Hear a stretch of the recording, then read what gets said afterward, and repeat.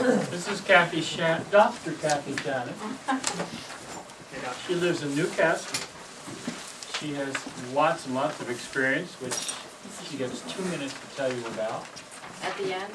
No, now. Now? Okay. And then we'll go right into warm-ups and some singing. Everybody should have an evaluation scorecard on their seat. Good evening, everybody. It's my pleasure to be here. I can tell you that I started my relationship with all of you at the performance in Hockessin, where I spent my time with my jaw hitting the floor more than once, and that's, you know, the truth. And I've talked to a few of you, and I hope that you believe that I mean that. It was just a terrific concert, and it made me all the more interested in working with this group, so I appreciate the opportunity tonight. I'm originally from upstate New York. I'm the child of 2 teachers, one of whom was a musician, and I knew that I was going to be a teacher of some sort, but I didn't know what I was going to do, whether it was do what my mom did, teaching English and social studies, or do what my dad did and teach music. And I wrestled with that for a long time. Started my life in music as an instrumentalist, and but I always sang. And I just realized in my last few years of high school that the singing, even though I was still doing all the other things, the singing was what really served my soul. And I couldn't imagine my life not making music. Come in. Not making music with whomever, whether it was teaching school or working with an ensemble like this, or in some professional capacity. So I I graduated from the University of Miami, hello, and I did all 3 degrees there, but not in a row. I did my bachelor's and master's degree in music education, vocal emphasis, and then I completed a doctorate in choral conducting, and then I have taught at the University of Miami. I taught there for 5 years and as adjunct faculty, and then I taught at the University of Mississippi in Oxford, Mississippi as the second choral person, but the primary choral music education person, and I had a vocal jazz ensemble and a men's choir there. And then for 15 years, then I was the director of choral activities at West Virginia University in Morgantown, and I had 5 choirs.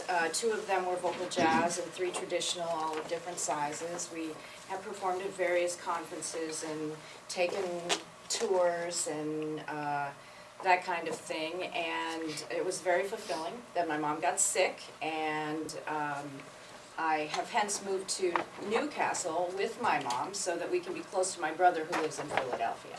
So if you've got all of that, then we can begin. And of course I will accept any question that you may have. Let's stand up. Oh, you're probably going to want me to stay in one place, and I have a hard time with that. Okay, all right, okay. I gave you a little rehearsal plan just so that you can see that I do plan a rehearsal and that I have certain goals in mind for the things that I try to do, although they will hopefully seem like they just are organic and come out of the regular rehearsal process. So we start with our alignment. I know that many of you, or at least it sounds like many of you, are trained singers, and it's always good to review though. And what I like to say, rather than posture or stand tall or whatever, is just talk about the alignment of the body to make it work the best for you as a singer. We're going to stand with weight on equally on 2 feet, about shoulder width apart. And we're just going to stack our knees over our ankles, our hips over our knees, shoulders over hips, and then our head just fits on top, okay? And we'll drop our head to the front, and we're going to roll right head to right shoulder, and down. Left, and down. Right, and down. And back to center. I usually do more of that. I do sometimes do some stretches and that kind of thing. However, we're 5 minutes before, so we have a quick warm-up. So I'm just telescoping, giving you a taste for what I do. Then we'll do connection of the breath. Even if you are a trained singer, every now and then you phone in a warm-up or 2, I'm sure. So I like to start with a lip trill. and I usually ask people to sigh high, reasonably high in your range, from high to low on a lip trill. And low to high. Good. We're gonna do lip trills, separate the arpeggio.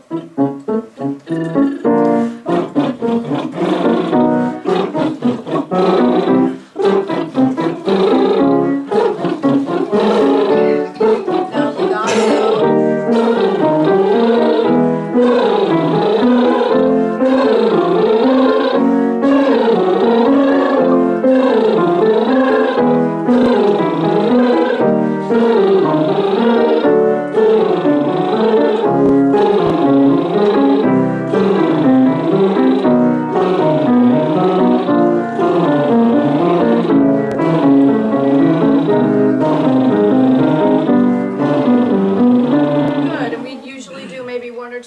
Exercises on lip trills. I can't go too high in the range because, as you can imagine, when you need more space to open your mouth, you can't approximate your lips to do the trill. So some people like to do tongue trills, but I think that also can be create a little bit of extra tension that you don't necessarily need. So I just keep the range, keep it in a simple range to begin with.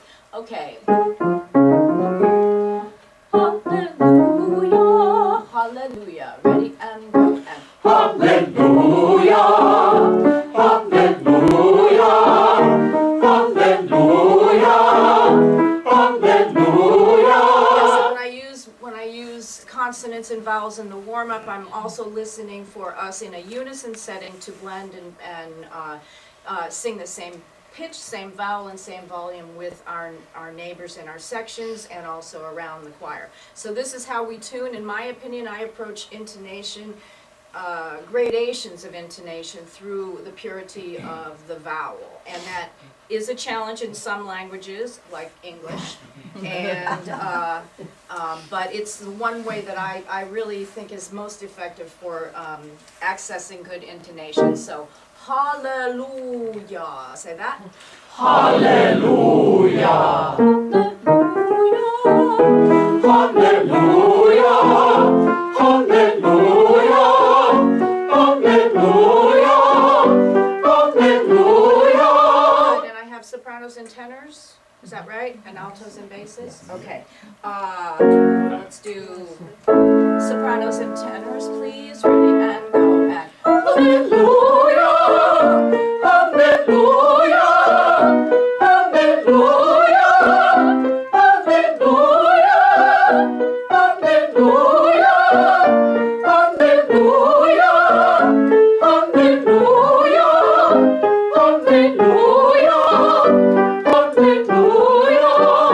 Hallelujah. Hallelujah. altos and basses. Oh, wow, that was good. How about here? Hallelujah. Hallelujah. Hallelujah. Hallelujah. Two hands here. Hallelujah. Okay. Let your tongue be nice and dumb. We aren't going to try to do anything except nice, relaxed vowels. Hallelujah. Ready and go. Hallelujah. Better. Hallelujah. Good. Hallelujah. Hallelujah. Hallelujah. Hallelujah. Hallelujah. Good. And then I'll do some range extension exercises. Bitty, bitty, bitty, bitty, bitty, bitty, bitty, bitty, bitty. So 9-note diatonic scale. Don't repeat the top note, and don't worry about this is not for vowel blending or matching. This is just for making sure that you have a smooth transition between your registers. Yeah,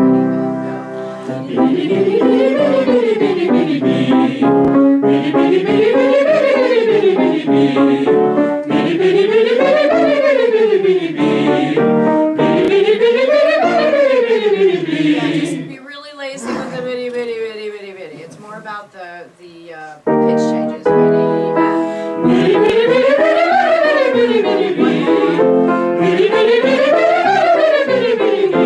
Good, and then we'll do some some sort of an exercise that sort of focuses us as a choir then, and we're going to do a diatonic scale on lo, lo, lo, lo, and we're going to do it in canon, and listen to each other on the matching of the vowel across the choir, but now with different pitches, like in a homophonic texture, and then also we'll try some intervals that don't match, like instead of thirds and sixths, we may do seconds and fourths, the distance for the canon. So let's do just low together right now. Everybody ready? Low.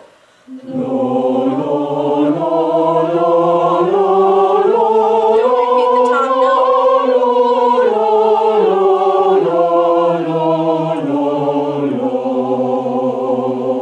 Just for fun, basses and tenors, do 2 octaves. So go into your, and actually let me take it here. Go into your falsetto, okay? So basses and tenors will go up 2 octaves, so you'll be working your head voice, working your falsetto. And ladies, you'll just go up 1 and down 1. Low, ready, and.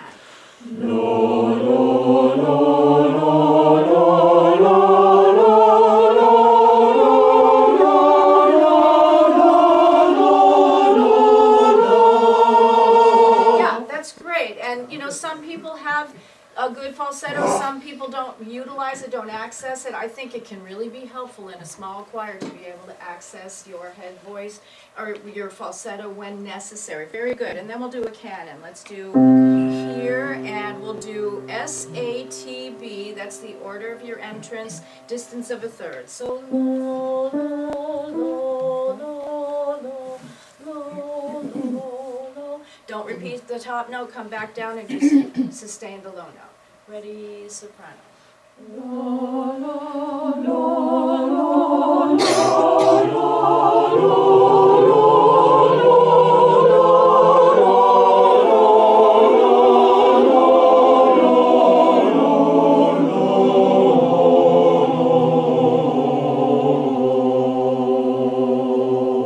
okay, women and men, distance of a fourth. Ladies will start now. Let's let the guys start. Ready, and. Lo, lo, lo, lo, lo,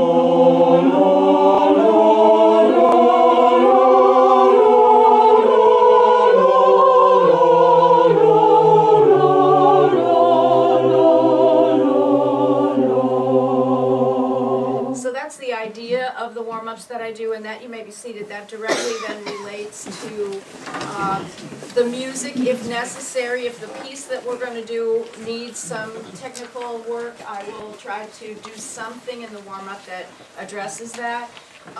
Or if we're trying to build a specific ear sort of thing, like if we're trying to hear major second motion or fourth quartal motion, that kind of thing, I'll try to incorporate that into the warm-up. Let's look at the Morton Lauritsen O Magnum Stereo. This is one of my all-time favorite pieces, and I was so pleased to see that you performed this because I just don't hear it enough. I try to do it with every choir I'm ever in front of, if they can handle the low Ds, which you guys could do. That was just awesome. And You were able to hear them. yes, I could. Absolutely. Yeah, and you know, I see why he picked this key in the, you know, so that the sopranos don't have to go too low, but it really, you can't do this well if you don't have the low D. It isn't quite as satisfying, let's put it like that. Okay, this piece I chose because there are a couple of things in the actual markings by Lauritsen that I tend to change, and so this is part of my philosophy in that the composer has my complete respect, but every now and then I think that he or she may have a certain concept in their mind, but I hear something else in that music, or they want a tempo change, fast or slow, that just doesn't seem to fit for me and my group, that kind of thing. And I said, so as a conductor, I do feel that I have the prerogative to make some subtle changes. In this piece, there are two things, well, there's one major thing, and that is that Lauritsen chops up the phrases of the text, specifically, et admirabile sacramentum. He has everybody breathing before sacramentum every time. And I understand, theoretically, take the text away, I understand that, and it is a nice stop, but to me, sacramentum is the important word in that phrase, the oh wondrous sacrament, and to stop before it and not connect wondrous or marvelous or however you translate admirabile, is not doing justice to the text. And if we're going to sing the text, let's try to do some justice to it. So, if you look at measure 9 on page 2, we have, before the sopranos come in, you have the breath mark written by the master in between admirabile and sacramentum. We will not be observing that. We will observe the breath mark in the next bar, bar 10, with between sacramentum and then a repeat of et admirabile sacramentum.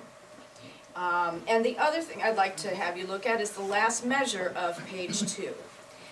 Here we have not only a breath mark between admirabile and sacramentum, but we have a fermata on a syllable that means not much in, on an unaccented syllable. So I think in this piece, Lauritsen was thinking about the sonorities and the way, if you have ever heard the arrangement of this piece for wind band, it's almost better than no text, almost, because they have tubas, the low Ds, or I'm not sure exactly what key it is, but boy, when they come in there with those low Ds, it's really beautiful. But they can connect these lines so much nicer than the choral part allows. Now, there are those that say what the composer wrote, regardless of who it is what you do. And the scholarship does say that that is part of a conductor's job. You are supposed to interpret the markings and whatever the composer gives you. But in this case, I feel that I'm justified in not breaking up that beautiful phrase, et admirabile sacramentum.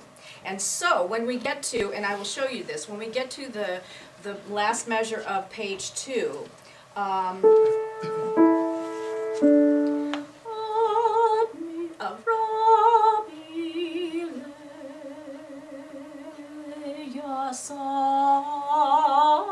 we'll hold the fermata, a little bit of diminuendo, and then we will go on to sacramentum to really emphasize. Okay? This is a breath killer, and I don't know if we have enough for it, so let's pretend that every dynamic, even though I know that you know it should be very soft, let's pretend, as we are still warming up a little bit, that our dynamics will allow our dynamics to be just a little bit more. Do you want to stand? Do you enjoy singing standing?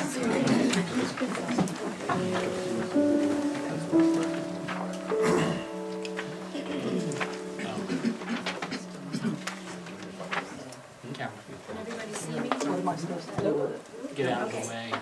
Well, I don't know. Okay.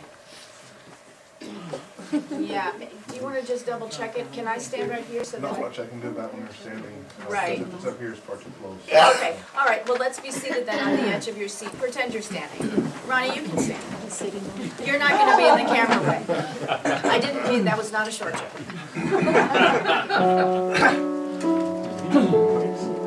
Let's just get that first pitch. Clicking.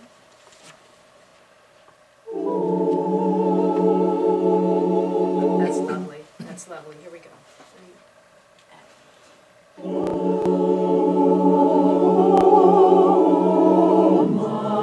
Yes. Can you put the time? now this is not something we do all the time, but on this piece, those of you that have the whole notes, could you put the M of monum on just a hair early?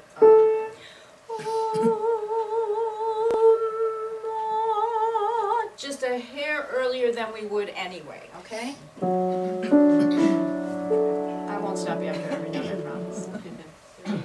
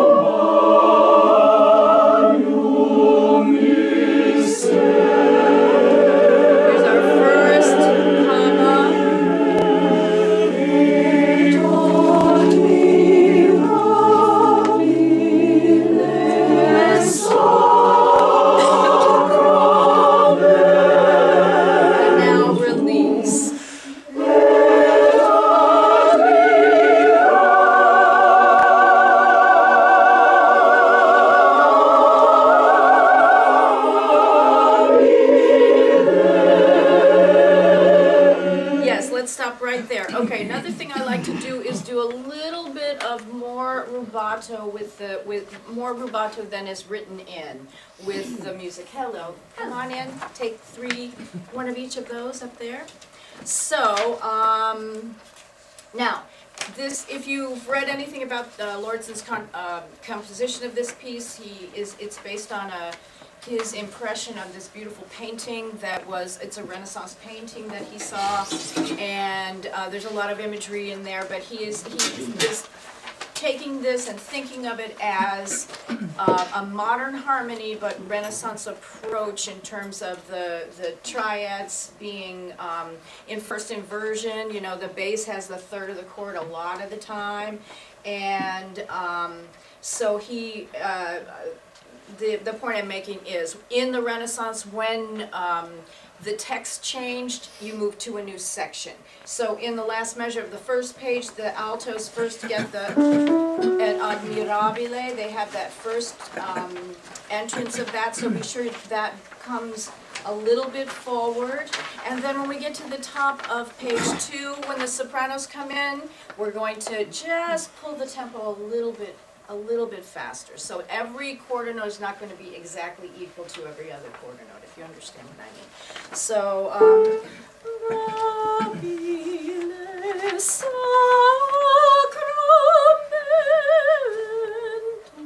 something like that, but singing it better. Here we go. Let's start at measure 5. Oh, sorry. And you can sing out just a little bit more. I know this is, you really need to be well warmed up for this. 3 and 4.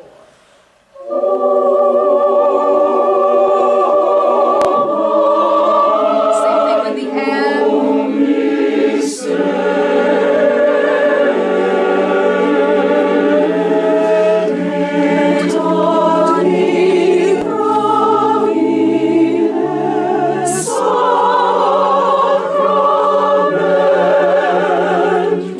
Lift.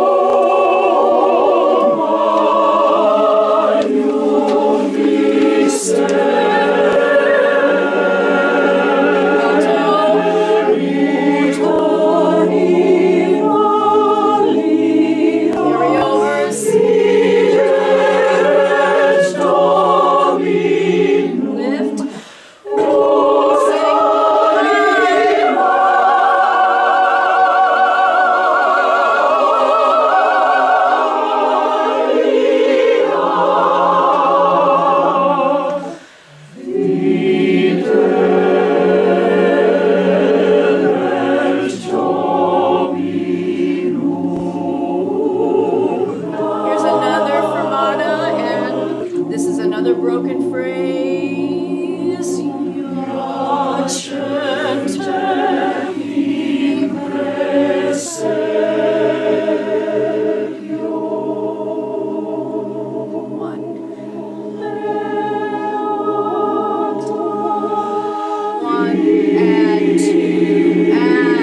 Okay, yeah, so I moved this part, I moved this.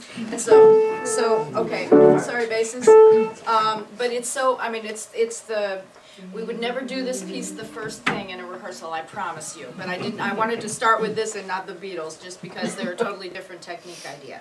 All right, so at 37, what I like to do, well, let me just say that at the top of page 5, again, this is a broken phrase, videre dominum natum iacentem in praesepio. To see the Lord, the Lord lying in their manger. You know, that for that idea to be broken with a fermata and a comma, to me just doesn't make the connection that I think I would like with this piece as far as the audience is concerned. So that's my choice. There's, you know, 100 ways to do a lot of different things. So not that I didn't like, I like it when people do it just like this, but I always think to myself, okay, because I know it goes, you know, but that's just my personal preference. So at the beatas, at measure 37, each one of those should get a little bit higher in pitch and a little bit softer. V and 2 and 3 and ego.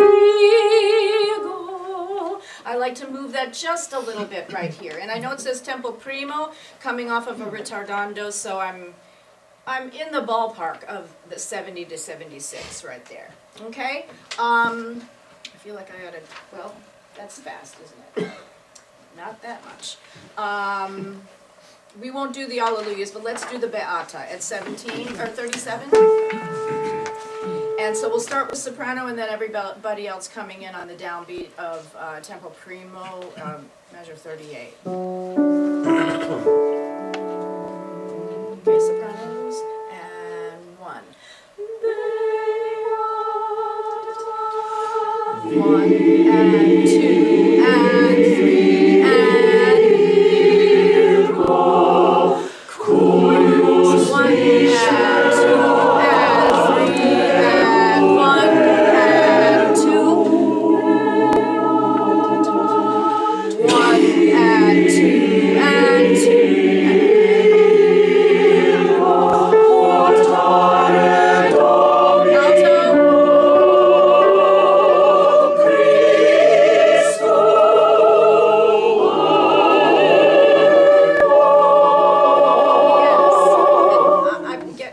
on that, okay? That's such a great part of the piece right there.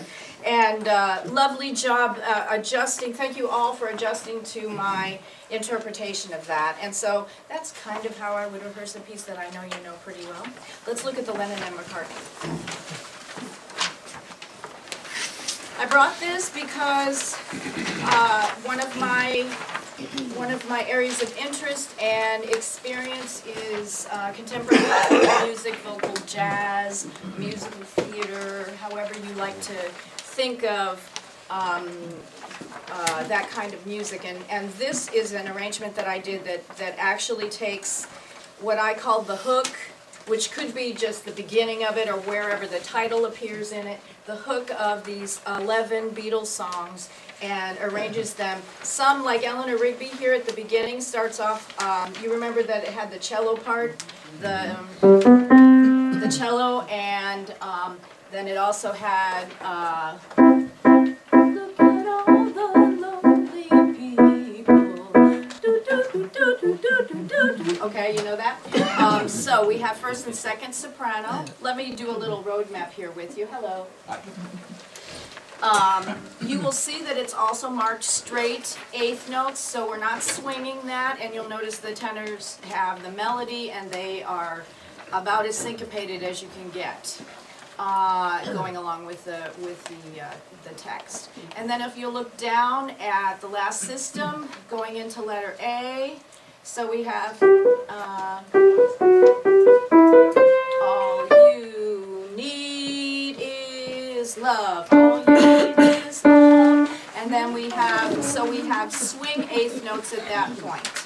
Now, one of the things that makes this music, well, you can tell whether a choir understands this kind of music if they can change their style of diction from traditional tall vowels like we just used with the Lordson, and use more of a conversational approach. Now, we're not talking about conversational from wherever you are in the country. We're talking about a certain conversational that we can all do together. And usually that means we're leaving the ends, instead of emphasizing final consonants, we're eliminating them. The vowels are slightly more horizontal than they are vertical. I talk about taking your vertical space inside and putting it sideways. And but I think that we all have heard most of these songs before, and so that's the diction. Okay, you'll notice altos, it says dry Ds. We can say do, do, do, do, or do, do, do, do. Okay, did you hear a difference between those two? Yes. The second one is like a little bit of, you're actually bringing your tongue closer to your teeth when you do, your front teeth when you do that. And if you are recording on a microphone, occasionally you spit on it, and that's called then a wet D. But we're going to do it with the tongue back a little bit farther. Do, do, do. So, as opposed to do, do, do, do, do, do, do, do. Okay, may I have just the tenors on the melody? Sorry. What? You know how it goes. Piano's not my forte, okay? I'm going to demonstrate that right now for you. Here we go, tenors. Ready, two, ready, and.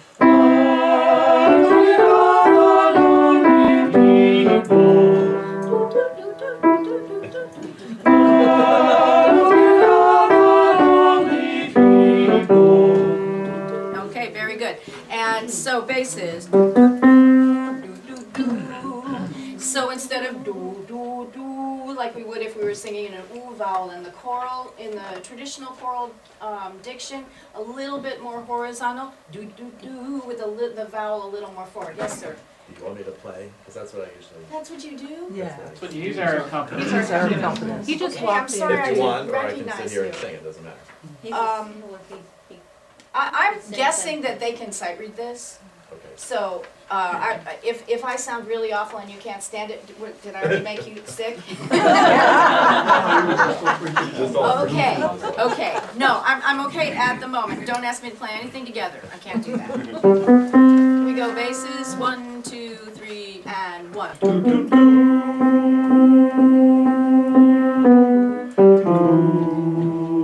3, 4, 1. 3, 4, 1.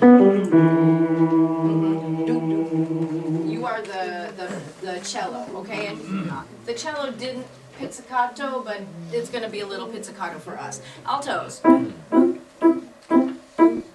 And in order not to rush, can you put in your mind a little ghost note? Doot and doot and doot and doot. A little N. But you won't sing it.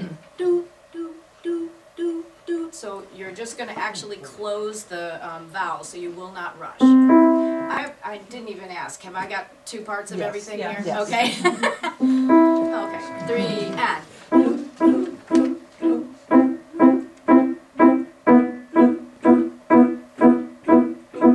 Just take a breath whenever you need it, but not between bars.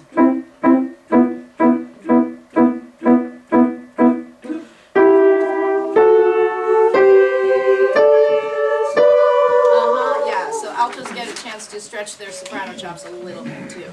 Okay, sopranos, one, not too loud. Ah, but with a smile and very forward. Ah,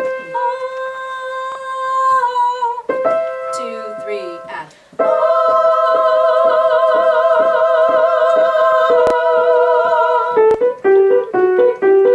Yes, I know. And you want to sing it all because it's easier, I think.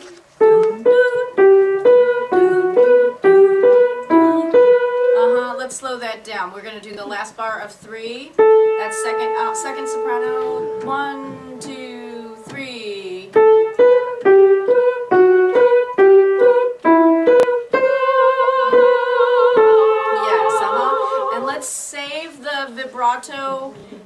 minimize it a little bit so that it's not full, because you've all heard opera singers who don't know any better or decide they don't care, or any singer sings so poorly out of the style to put all the vibrato they have in their world on certain notes. So a little less vibrato there. May I have everybody but tenor, everybody but tenor. 1, 2, ready, and...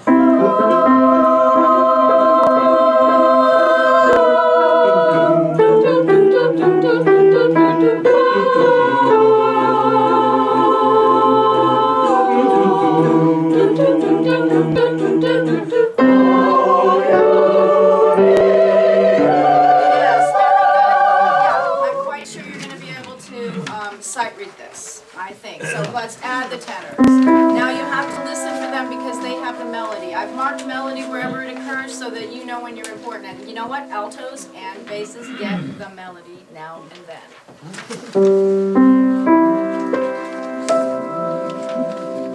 One other thing I want to say. I'm sorry. I talk over the pitches all the time. So you'll have to play them like 35 times because I always do that, even when I'm playing them myself.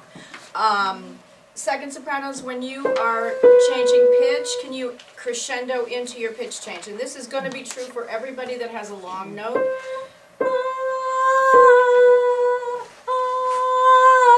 You're going to do that. And basses do not crescendo until the end of... until you, just before you change the pitch. And this is true for everybody in this particular... This changes style so fast. With tenor, 1, 2, ready, and.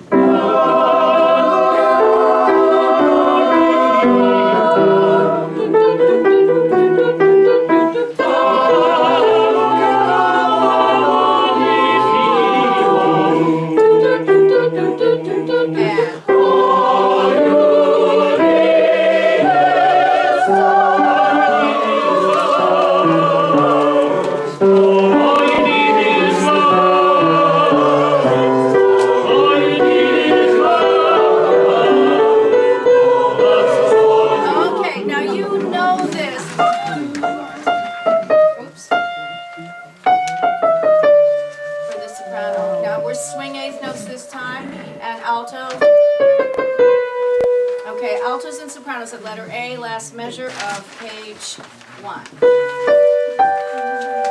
1, 2, ready, and.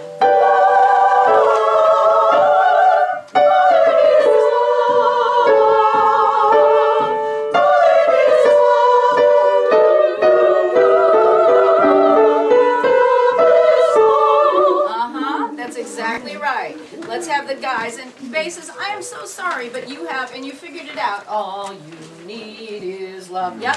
I don't know why that text isn't there. Bass and tenor at A. 1, 2, ready, and. All you need is love. All you need is love. All you need is love. Love is all. Very good. And so even though a little bit of marcato on all you need is love. A little bit of a marcato attack on each one of those basses at A. 1, 2, ready, and. All you need is love. All you need is love. All you need is love. Very good.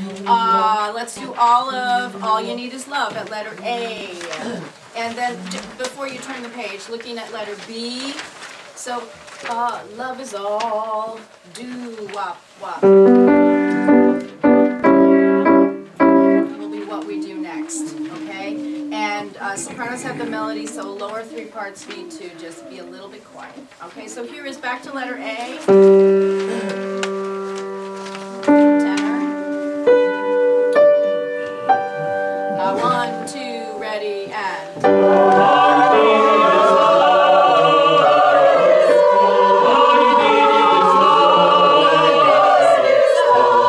you need is love.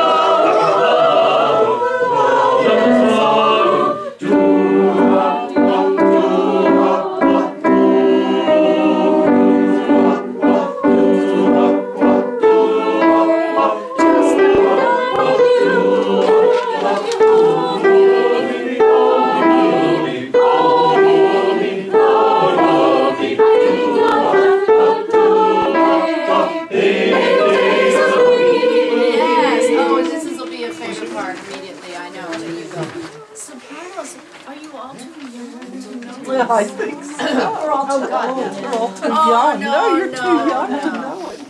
Sopranos, ready, B, 1, 2, 1, 2, ready, and. I need your love, babe. Yes, you know it's true. Off, 3, and. Hope you need my love, babe. Just like I need you. You know I need you. Hold me, love me, hold me, love me. I ain't got nothing but love, babe. 8 days a week. Yes, and you're giving me an opportunity to show you another technique called an accented breath release. Okay, which is hold me. So you're going to actually make some sound. We always release breath with the tone. We are tone with the breath. We always do, rather than squeezing one thing or another to stop the sound. We always do, but in vocal jazz, we often make it an accented release so that it's part of the rhythm. So looking at page 3, tenor and alto. Ooh, hold me. Ooh, hold me. Hear that? And that's quick. But it's especially going to work with the sopranos. Sopranos, let me hear you. Hold me, love me. Here we go at 26. 1, 2, ready, and. Hold me, love me, hold me, love me. Good. Let's put that all together from letter B, and then I guess I'm done. 1, 2, 1, 2, ready, and. I need your love, babe. Yes, you know it's true. Hope you need my love, babe. Just like I need you. You know I need you. Hold me, love me, hold me, love me. I ain't got nothing but love, babe. 8 days a week. Yes, and that's the end of my time, and I'm sorry we didn't get to do what every bassist's favorite song is, to sing nice and high, and then the tenors get to join them. Thank you so much for your kind attention tonight. I appreciate it very much. I will have to collect those, the Beatles back. Thank you, Kathleen. And it has been my pleasure. Thank you.